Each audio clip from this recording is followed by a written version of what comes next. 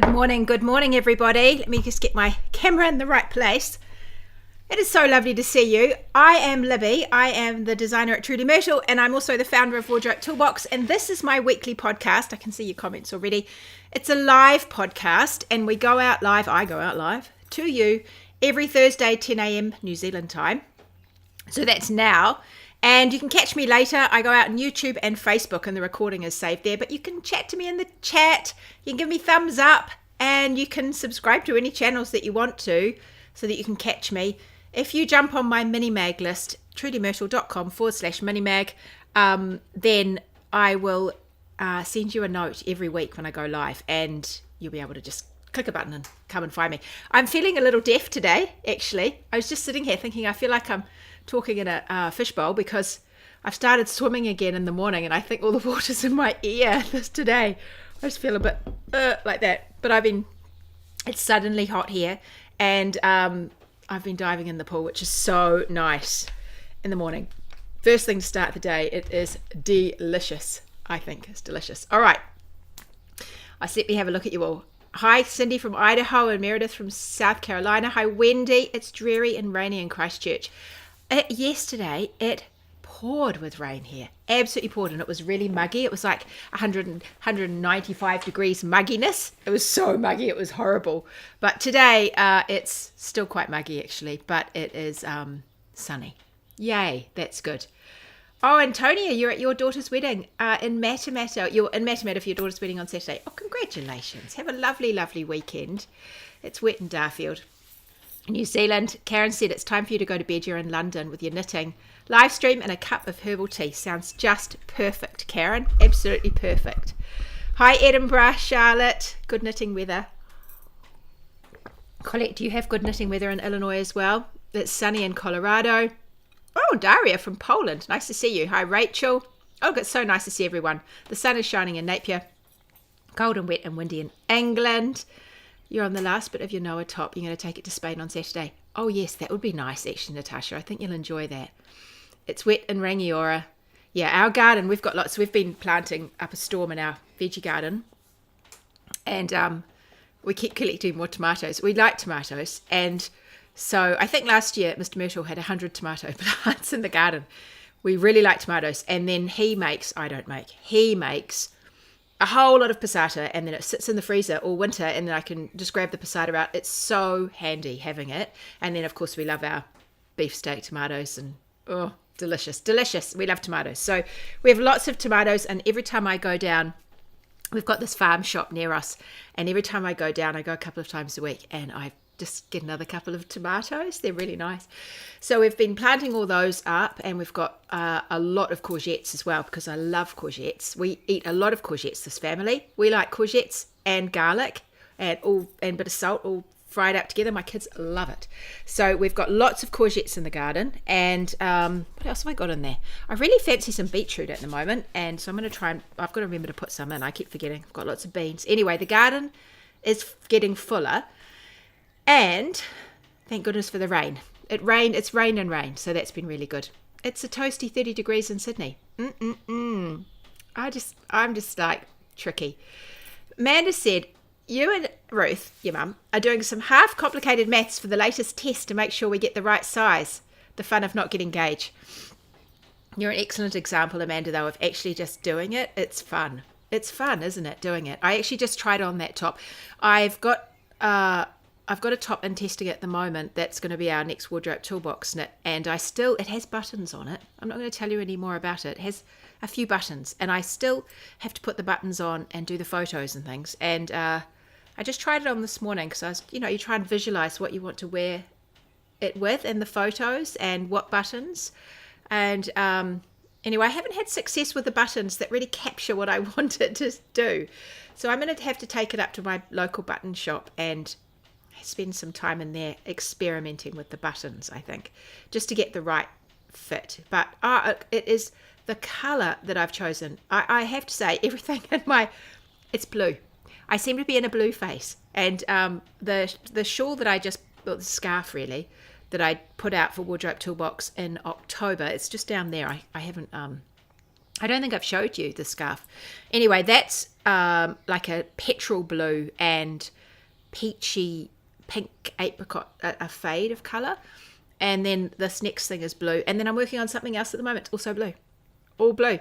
And it's funny how that happens. I don't even know it's going to happen. But anyway, the colour is just divine of the garment that I've just made. It was quite tricky to knit at night, I have to say. I found it really difficult to knit at night because it's quite shot with black. And it's like this real dark teal. It's beautiful. It's from Linnet Fibre to Go for those of you in New Zealand. But anyway, I will tell you more details closer to the time. Wardrobe toolboxes, and we'll get cracking on that one. I hope you enjoy it. Lots of keen knitters waiting in the wings. I know, because I had to run inside and do one thing and I was 1 minute late. I know, so it made everybody late. Hey, it's so nice to see you all.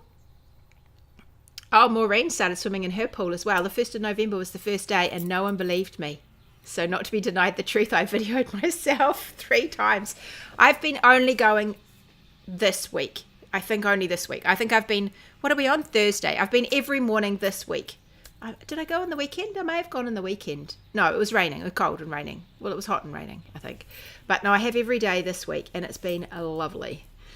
Hi Marina, hi Colette, nice to see you all. Zucchini slice, yeah, so many yummy things. I've been enjoying cooking lately, actually.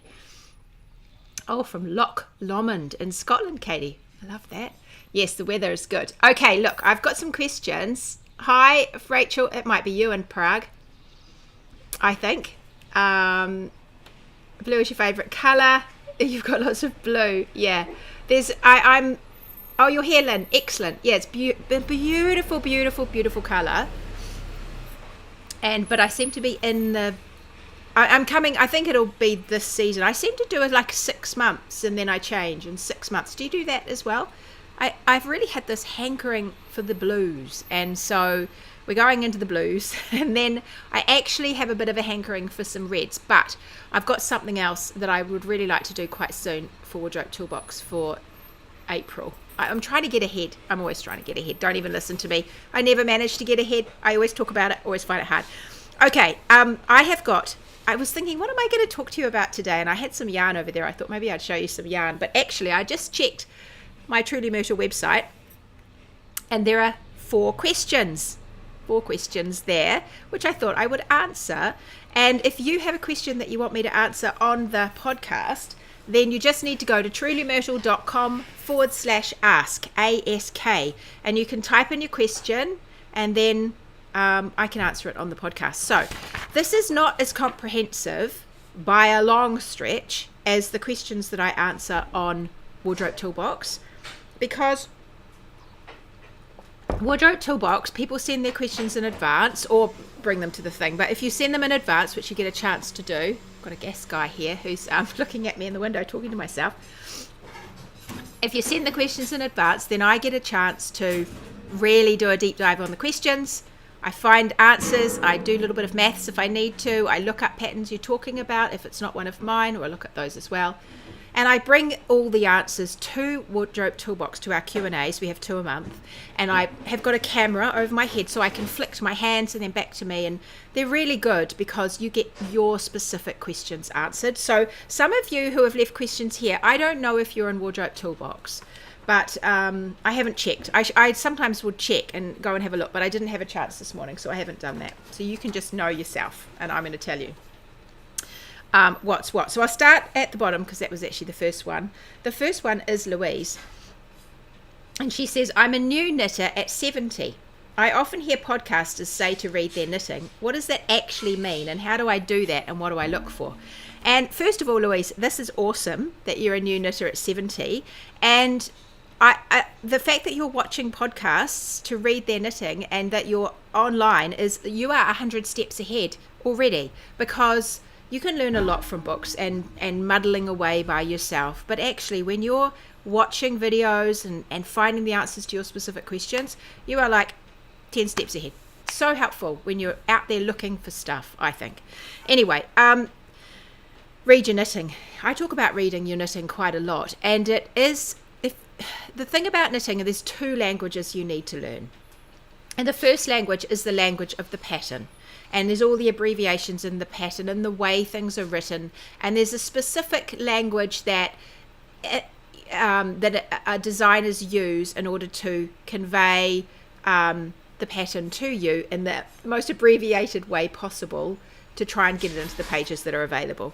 And that's one way. And you'll find when you're reading patterns that there's sort of a similarity between. It's like we all speak the language, but we have individual dialects. And so my way of describing things is going to be quite different to another designer's way of describing things because I have a different dialect. My knitting dialect is often something that I've developed, well, it is something I've developed over the years, and with talking to you and my testers and my editor, and I've just crafted a way of writing patterns, and it's evolved over the years so that I try and make it as simple and easy to understand as possible. That's my goal for you. So I just don't really want there to be any ambiguity in there. I don't want you to sit there and think, I don't know, what does she mean by this? I want it to be quite clear, and it's a hard thing to do. It's actually quite tricky to do.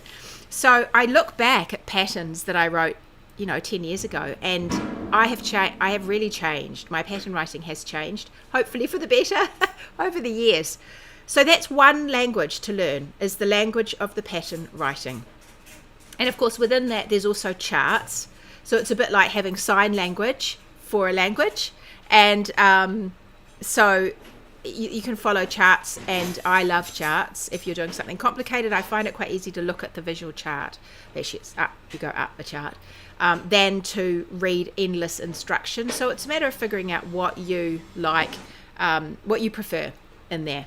So that's one language. The other language is the language of your stitches. And when you have knitting on your needles, it's really helpful to start recognizing what you've done and what it looks like. And it's not impossible. You can totally do this, but it's important to stop and actually notice and to do little tests. So like things like saying, oh, it's a knit two together and knit two together through the back loop. What's the difference between those? Or actually the one you'll probably want to check is, if you're going to compare those sorts of things, knit two together through the back loop or an SSK. I'm using abbreviations because that's what you'll find in the pattern. But there are two ways of doing a left-leaning decrease, but the knitting through the back loops is actually going to twist your stitches, whereas the SSK isn't. And then within an SSK, there's a bunch of different ways to do that. But you won't know what you like until you actually do it yourself. So I am a huge advocate of swatching, and because I think it's way more than just about counting your stitches. Swatching is about practicing knitting and looking at it and reading it and seeing that the stitches are doing what you expect, or if they're not, what would you prefer? If you're asked to do a traveling stitch that you carry every second row, and so you've got this nice long line of stitches, do you like it like that, or would you prefer it if you twisted it when you traveled it, so that when you slipped it, so that these stitches are really pronounced as it goes down the knitting? Like the one I'm wearing a top today, actually someone just asked, because I can see Barbara is answering a question. I'm wearing a top called the Easy Breezy, and this is a little top. It's a lovely little top that is a great one for practicing modifications on, and it's not going to be available to the public. It's a top that's only inside Wardrobe Toolbox, which is my online. It's like a club. It's like a knitting school over there, but it's not really like school, but we learn things over there.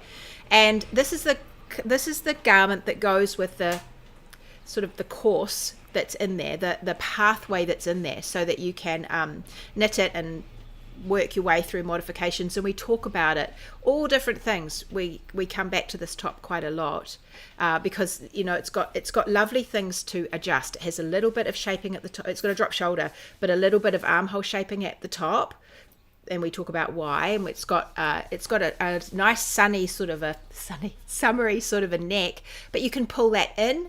You can turn it into a V. You can do all sorts of things. It's got no shaping in the body and no bust darts, but you can add all of these sorts of things in. It's a good blank canvas. But this little panel that I ran down the front has got twisted stitches. All of the edges on my top here are twisted stitches. And I did that because I wanted to really make them pop, just a crispness to them rather than just a regular kind of rib. So when you're reading your knitting, you're actually looking at your knitting and you're seeing what the stitches do. That is when you'll be able to make those sorts of decisions. So that's what it is. Look at your knitting. What happens if I do this? What happens if I do that? And practice on a little bit of knitting, and then you'll start to understand what things look like. So for example, if you're knitting complicated lace, then you might want to put some lifelines in where you know you've got the row correct. But after that, you might say, okay, well, I know I've done a yarn over central decrease, yarn over, and then I've done a knit two together and I've done all these things. And this is what it looks like when I've done that. So I'm reading the actual stitches. So that's my very long answer. For those of you who are actually in Wardrobe Toolbox, I have got a lesson about reading your knitting. And I talk about all sorts of things in there, from creating stitches and where on the needles is a good idea to do it, and how stitches are created, and how we make knits versus how we make pearls, and different ways of making them, so that you can think about your tensioning, how big are the actual stitches and how deep are the rows. And I talk about all sorts of things in reading your knitting lesson. It's a good one to go back and have a look at. So hunt that out. Louise, if you're in there, it doesn't sound like you are in there, but you might really enjoy Wardrobe Toolbox because we go through all of that stuff. It's just all in one place, and you can find out all this kind of thing right there in one place, as well as having me at the end of the video to answer your questions. Oh, brilliant. See, Melanie's saying that, oh, thank you. She said the patterns are great. That's excellent. I can see a few questions like that. It's a funny thing, isn't it? I don't know. I don't knit anyone else's patterns. I should really. I think I should actually knit some other people's patterns from time to time. When, I don't know. But I should. I read other people's patterns less now than I used to. But every now and then I do. And I do things like comparing sizes. Like if I'm looking at neckline widths or blah, blah, blah, all the different things, I would be quite interested to see what other people are doing across patterns. So I read them for those things. But in terms of how to write things, I have just slowly got to the point where I know what I like, and I ask really basic questions myself. And so if I can't understand, I want to be able to understand it without having to second guess it. Actually, my testers are incredibly helpful, and in the spare time, I wish I had some spare time. My testers are incredibly helpful. My editor is great, and then my testers who test my patterns, they are so helpful because they go through, and there are a variety of ranges of experience. Some of them are extremely experienced. The thing about the ones who are extremely experienced is sometimes they just bowl through things and they don't necessarily notice the specifics. But I've also got people that are not really that experienced, and that's great because where they will pick up on some of the little things that could be clearer. People that are really experienced, they can help me with bigger decisions about the design or the fit, or even different ways of, they can sort of see things, step back and see the whole thing a bit more. It's really good. It's really, really good having people help. So I couldn't do it without them, to be honest. It's really excellent. But you just slowly, I don't know, you just get more and more used to it, I guess. And I just know what I like to do. So, and of course I have everything I've done before. So I've already figured out a way of saying something. I can just say that again in a new pattern. Anyway, so that is reading your knitting. It's a great question. I highly recommend doing it. It's the best way to learn how to knit. I remember I told you last year, or was it this year? I told you, but I did it last year. The brioche train that I missed, that I eventually caught. I got on the brioche train and I designed that lovely spring fling shawl, and I focused on reading my knitting. That is how I mastered it so quickly, and that is how I was able to design something, because I went straight to reading my knitting. I was not interested in sitting there and following an instruction and then not being sure what had happened on my needles. That I couldn't do that. That would not help me at all. I needed to know that what was on my needles was right, and I needed to know when it was wrong so I could fix it. So I needed to know how to make it right. So I focused 100% on looking at my stitches. What happens now? what does that look like? And that is reading your knitting. So you can learn a lot. It's like, oh, I can't make an analogy. I'm sure there's an analogy, but it's just another language. That's what it is. Okay, Ruth has got a question. She said, I've knitted my grandson a cute hoodie that's got a kangaroo pouch type pocket at the front. So I'm thinking it needs to be sewn on top and bottom. Okay, so you slip your hands in like that. The pocket was knitted separately and needs to be sewn on. What's the neatest way to sew on something like that? If you've had a spare yarn and you fancied it, you could go back and pick up along the bottom and then knit it up if you wanted, and then stitch it down at the top, and that would eliminate one place to sew it on. You could just carefully pick up the stitches and go for it, but it's perfectly possible to sew it on. And actually I just checked, I've forgotten I'd made it, but I have got a lesson inside Wardrobe Toolbox about, I've got a big pockets lesson, and one of them is sewing on patch pockets. And so Ruth, I don't know if you're in Wardrobe Toolbox, but if you are, there is a specific lesson about how to sew on a patch pocket, which is what you have. And you just need to pay attention to the bottom and the top sewing it on. Well, I don't suppose I've done the top because your hand goes in the pocket. I did 3 sides like that. But what I did was I got a finer, smooth thread. First of all, line up your pocket so you know exactly where it needs to go and you know that it's balanced. So you'll probably want to count the columns along one side and the other, and mark your column maybe with a bit of thread so that you know that's a straight column and that's a straight column and this is the number of stitches in between, and I have the same number of stitches on either side. Do that first, otherwise you might get a pocket that's over here rather than in the center. So spend a bit of time doing that. And then also, how high up do you want it? It could be helpful if he's around for you to try his jumper on and then pin the pocket loosely in the place you want it, and then make sure it's exact later.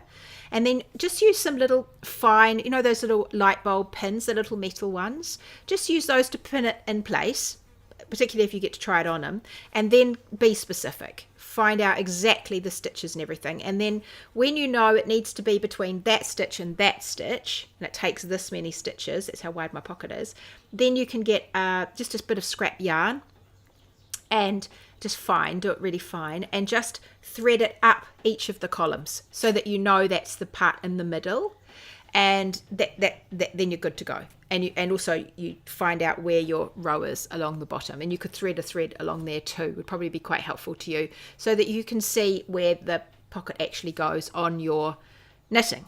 So that's the first thing. And then you could use the yarn you use to knit it, but you don't have to. And if you use quite a thick yarn to knit it, you might want to find a finer yarn. It doesn't even have to match. It will be invisible, but you could get a matching one if you're unsure. And just find a nice, smooth, fine piece of yarn and thread that onto a yarn needle. And then you could either start in the middle and go out either side, or just start at one corner and work your way over. It doesn't really matter. If you are going to do a pocket like that, you'll want to start in the middle, work your way out, and then up the sides. But what you'll do is you'll essentially duplicate stitch. It's like you're sewing a seam like that way. So you'll go between the legs on the stitch below. So you've got a stitch below like that, and then a stitch above, and you'll go around those legs and up and through that loop at the top and back down again, and then you work to the next one. And so you go up. So you're going to create the stitch like that all the way across, and then just do it loosely. And then when you get to the end, you can pull it tightly on both ends and it will zip shut like that. So you're just seaming it, and you won't even see it. It'll be beautiful, absolutely beautiful. And you can do the same thing at the top. So you're back, going from the last stitch on your pocket, not the bind off edge, the last stitch up to the stitch that you want to join it to at the top. I'd probably do the bottom first and then lie it up and work out which row you want to do at the top. I mean, you could work it out before, but it's kind of tricky to describe it to you. But if you are in Wardrobe Toolbox, go and have a look at that lesson, because I go through just step by step by step and show you exactly how it's done. But yeah, that would be really cute. But the other thing you could do, if you didn't mind doing it again, is you just run a needle through along at the bottom, through all the stitches that you need, and pick up from there. Just pick up stitches and then knit it up and then bind it off and seam it down at the top. I'm trying to think. You could probably actually do if you picked up the stitches at the top, you could probably do a Kitchener stitch at the top actually, but that gets a little more fiddly. Okie doke. Now I've got quite a long question. Actually, let's go to Dorothy's question first because hers is not so long. And then I'll come back to Erica's question. Dorothy said, what is the smallest number of stitches that work with the Chiaogoo Mini tips? I knit my socks with 60 or less stitches. I think it's up to you, Dorothy. I feel like about 60, 56, probably 56 to 60 is good on those. I don't know how much smaller I would go. There is quite a short little cable. There's a cable about that long. Oh, hang on. Are they down here? Oh, no, they're not here. I often keep them down there when I'm talking to you. No, it's all gone back to my sock stuff. There's a little short cable like that. And if you use the little tips, then it really, I think it becomes a 9 inches. And so your stitches stretch, obviously. So they will stretch out a bit. But the idea is that it's a 9-inch circumference. Now, that will probably, it's going to be bigger than your tiniest sock. But your stitches will stretch out. I think you probably go to about 56, but if you want to start adding longer needles and longer cables, that's what's going to change it.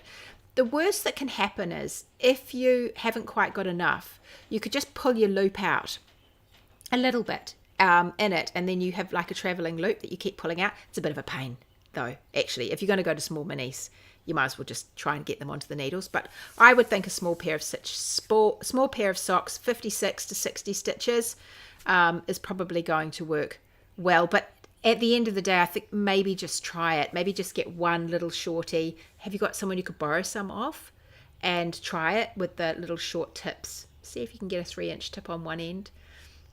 Once you get going, when you start, it can feel like you're having to stretch all those stitches out a heap. But once you get going, it's amazing how stretchy it actually all is. And you might find that it just easily is accommodated on that small needle. So yeah, I would just experiment and see. So there's a really long question here from Erica. Let's just have a look and see if you've got any things in the chat for me, because it's always nice to see. I started watching YouTube with Libby wearing urchin. That was last week. Switch to easy breezy. Facebook is live. Sorry, Helen. Yes, I was. The other one would be the recording from last week. Once you read your knitting, you're able to see where you've made a mistake. 100%. That's exactly right. Cindy says, I still haven't tried spring fling. I am determined though, so maybe I'll start with a large swat and some waste yarn, large swatch. I would. And Cindy, when you're doing it, in Wardrobe Toolbox, I've got quite a lot about the brioche, but I have also pulled out some of that material and put it into my learning brioche videos. So have a look on my blog and you'll find the learning brioche. I think it's called, I can't remember what I called it, but there's something on there about brioche. I think I've linked to it. I may have linked to it in the pattern actually. I can't remember. I talked about it a few months ago.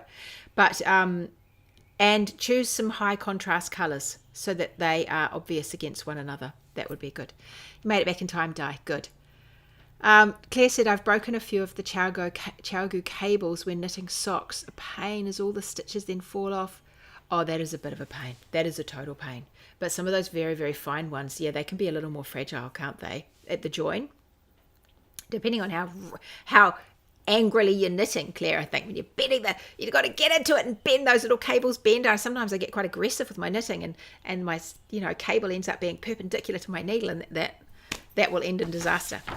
Okay, so I've got this long question. Let's see if we can get through it. I haven't actually read it properly because I just got it before. And if this is a Wardrobe Toolbox question, I would come at this with a million answers. So bear with me. So the question is, I recently finished knitting a drop shoulder cardigan in which I was trying to achieve a more fitted fit than the suggested ease in the pattern. It turned out mostly as I'd hoped for in the body. However, while my overall frame would be considered petite and small, I know that my upper arms are big and that one is considerably larger than the other. So I attempted to remedy this by going up a full size in the sleeves of this cardigan, as well as increasing my needle size to maintain gauge on small circumference needles. It seems to have given me enough room in my left arm, but the stitches are pulling a fair bit in my right arm. It's not bad enough that I want to pull it out and re-knit it, but I do want to learn what I could do better or differently next time. Is there anything else I could have tried besides simply sizing up? How many sizes can you go up in a sleeve compared to the body? Should I knit each sleeve a different size in order to maintain the ease? I have also had similar problems with some raglan patterns, particularly if there is no other shoulder shaping. Okay, right, Erica, if you're on Wardrobe Toolbox, this is an amazing question to bring there. I could probably go into a lot more detail. So, first of all, I'll talk about, there's a couple of points first. The first one is a drop shoulder cardigan is excellent for trying to, like what I'm wearing with a drop shoulder. It's a really nice one. It's the easiest one to try and adjust for sleeves and body. So you're on the right track attempting it for this cardigan. You've got two different size arms, and I think depending on the difference, you said there's a considerable difference. I think you might have to experiment with this, I feel like, because my first thought would be do the same size but make it fit the bigger size, and just have a much closer ease on the bigger size, then so that it's not too big on the smaller size. So for example, up to about 3 inches of ease at a sleeve, I don't think you really notice, particularly if it's fat yarn. You didn't say how thick the yarn is, but particularly if it's thick yarn, you just don't even notice it really. So you've got a little bit of room to play with there between sizes. So for one of the arms, you could maybe have 1 inch ease, and for the other arm, you could have 2 inches of ease, so that altogether there's 3 inches added to the smaller sleeve, you see? And then hopefully it would fit into the bigger sleeve, bigger arm. So that's my first thought, but seeing as sleeves don't take a heck of a lot of time to knit to here, I would be tempted to experiment. The problem with that is you'd have to actually go back and do the body. So you might get to here and then put a sleeve in and see how it's going, and then be prepared to rip back and go back and work something different. You could do 2 different sizes on both sides, but you are going to have an armhole that's longer on one side, and I just don't know whether or not you want that, because you would get yourself into a bit of a muddle when you're joining. You'll find that one side is joined and the other side isn't, so that might be a bit strange. Well, it wouldn't be strange, you'd just have to figure it out. You just knit flat again, and then finally you join in the round on the other side.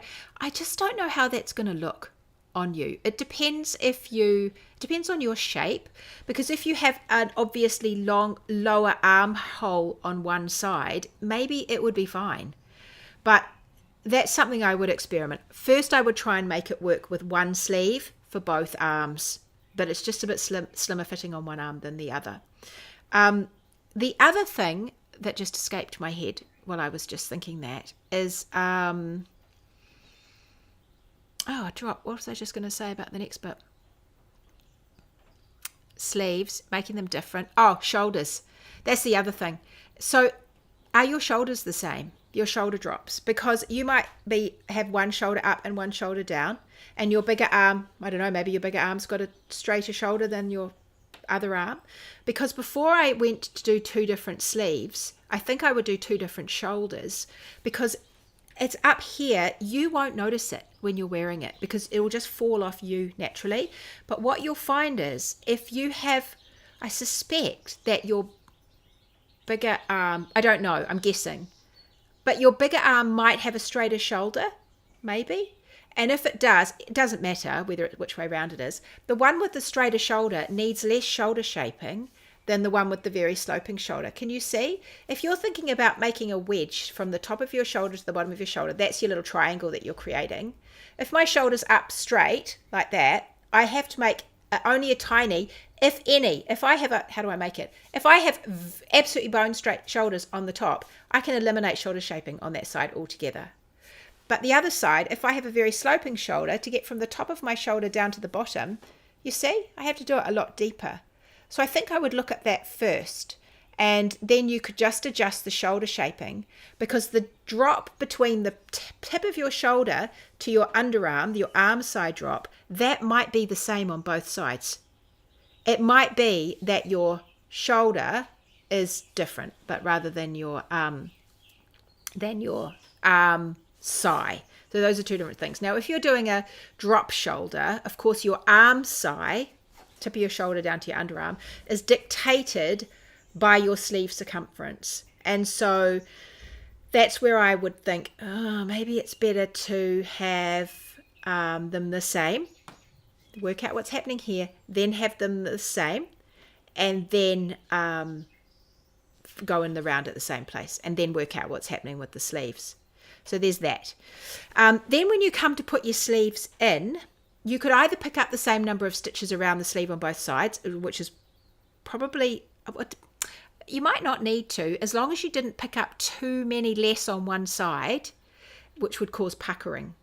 You could pick up a slightly different number of stitches on both sides, and that would make it be a little bit closer fit on the smaller arm without worrying about it looking crazy different. So there's that. That's the other thing you could do. What else could you have done? How many sizes would you go up in the sleeve compared to the body? I don't think that matters, going up with different sizes in the sleeves compared to the body, because if you think about it, you've got your sleeve here. If my arm was down here, all I'd need to do was make the sleeve circumference is the sleeve circumference dictates the drop that you knit. So if you have a bigger arm and you need a bigger circumference of that sleeve, you knit more, you knit half the sleeve circumference from the tip of the shoulder at the bottom of the armhole drop to the bottom. So that's what I would do. Now the other thing is I would look at your arms and I would see where they're fuller. Like where is this fullness happening? Is it that you have fullness here? Or is the fullness down here? Where is the fullness actually happening? Because if the fullness is happening up here and you're finding that the top is scooching up more on one side because you're filling it out through this part here, you might want to consider doing what I did on this sleeve, which is a little bit of a sleeve cap at the top, a really shallow sleeve cap, to make it so that that sleeve drops down, because you said you wanted to make it smaller, so you pulled your sleeve up a bit. Well, the more you pull your sleeve up, the further away you get from your bottom of your arm side. And can you see that little wedge there? That's missing. So if your arm side goes all the way down to here, then you don't have a wedge that's missing. Look, because it fits me here. But if your armhole, like this one, doesn't go quite to the bottom of my armhole, well, oh my words, if your sleeve doesn't start, your armhole here doesn't go quite to the bottom of where your arm starts, you've got a wedge of fabric that you need to fill in here. And you might find it's doing that on one sleeve and not the other. And that could be something you add into one sleeve and not the other. You might not need it on the other sleeve. And or you might need a lot less on the other sleeve. So inspect your arms. What's happening when you put your garment on? Is one going up more than the other? And is there a place there that you might want to fill out the gap? That would be something else I'd think about. You've also had similar problems with some raglan patterns, particularly if there's no other shoulder shaping. You've had similar problems with raglans. Yeah, so you want to make one side bigger than the other. So with a raglan, you could do more increases on one side to make it bigger. And again, depending on where you're bigger. So if you're bigger through here as opposed to here, you could do some increased stitches right down the center of the shoulder seam. Just do some as visible as you can, like a lifted increase right down here on your raglan, so that it actually just grows that area for your sleeve. You don't necessarily have to do it on the other side. Or you could do far fewer on the other side, so you've got some symmetrical look, but it doesn't have to be exactly the same.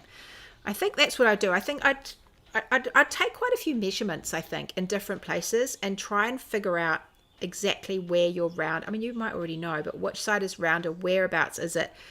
And, is your arm bigger all the way down to the bottom? Or is it just from here to here? there's kind of wanting to know what is also happening with your sleeve, because that will adjust what happens once you've got your sleeve in. I can see you're leaving lots of comments, so let me just see. I will go back to the socks very briefly. Daria says, I knit 52 stitch socks on drops shorty. They're about 25 centimeters long. It's a bit tight at the beginning, but once you work a few rows, it's okay. Okay, so that's about 9 or 10 inches, isn't it? So it's about the same. Yeah, so that's about right, Daria. That's what I reckon. So that's less even than I thought. But at the beginning, it might feel crazy tight, but then once you get going, it's absolutely fine. Okay, well, that's really good. Dorothy, that's helpful for her. Natasha says, for the different sleeves, could you make the armholes the same size and then work some decreases to taper for the smaller arm to bring down the ease a little? Absolutely, you could. So you could definitely pick them all up around, and then you could just do some double wraps or something, or decreases, or you could decrease under the arm to bring it down so that one side is smaller. You don't want to do too much, but you could also just pick up a few less stitches. I just don't think you're going to notice between one side and the other if on that side you pick up 60 and on that side you pick up 56. I don't think you're going to notice that sort of difference. And so you can fudge it, the size difference, even though it's the same armhole. You could fudge it. I'm just wondering whether you could also do less stitches cast on under the arms.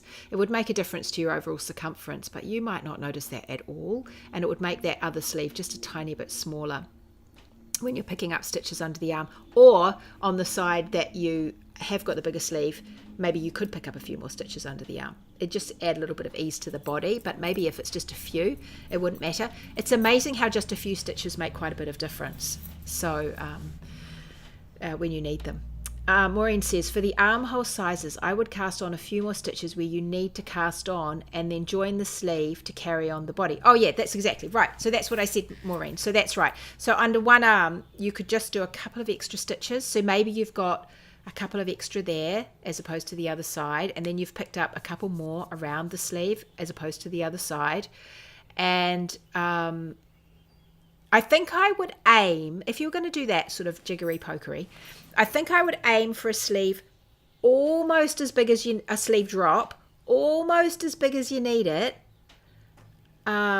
pretty much as big as you need it, but it's not quite, so that you don't have, when you're picking up less stitches on the other side, you don't have too much puckering. You don't want to find the middle of them. I think you want to steer towards the upper end, but I don't know if I would just do the upper end circumference.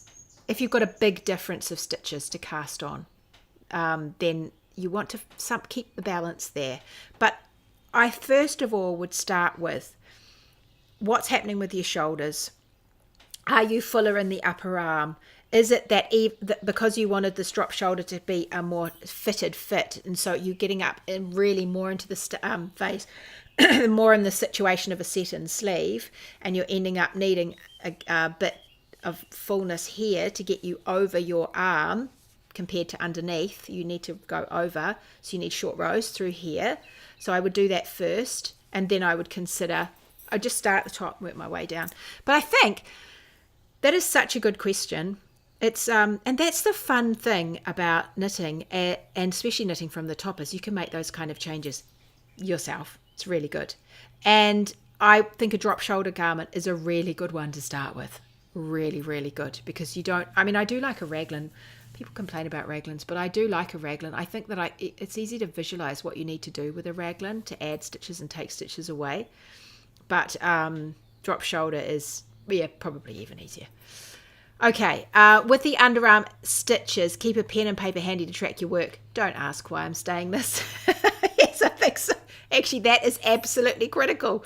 Please don't do any of this without a pen and paper. You won't remember. You absolutely won't remember what you've done. You'll think, oh, I'll just do that on the other side. What did I do? What do I have to do? I actually can't remember what I did. There's so many things swirling around in your head. So take some time before you start and take all your measurements, write them down, work out a schematic for your garment and make that, and then get cracking. Erica, are you in Wardrobe Toolbox? You'll have to let me know, because if you are, this is the kind of thing we could easy go into more detail over there about, and just get your measurements and work it through with you. That would be a really great thing to do. So if you are in there, just let me know, and we'll let Claire know, and then we can cover it in a Q&A, I think, once we have some measurements from you. That would be really good. And a garment maybe that we're looking at. All right, everybody. Well, that was all the questions. So if you have a question for me and you want me to chat about it on the podcast, go to trulymyrtle.com/ask ask, and you can leave me a question.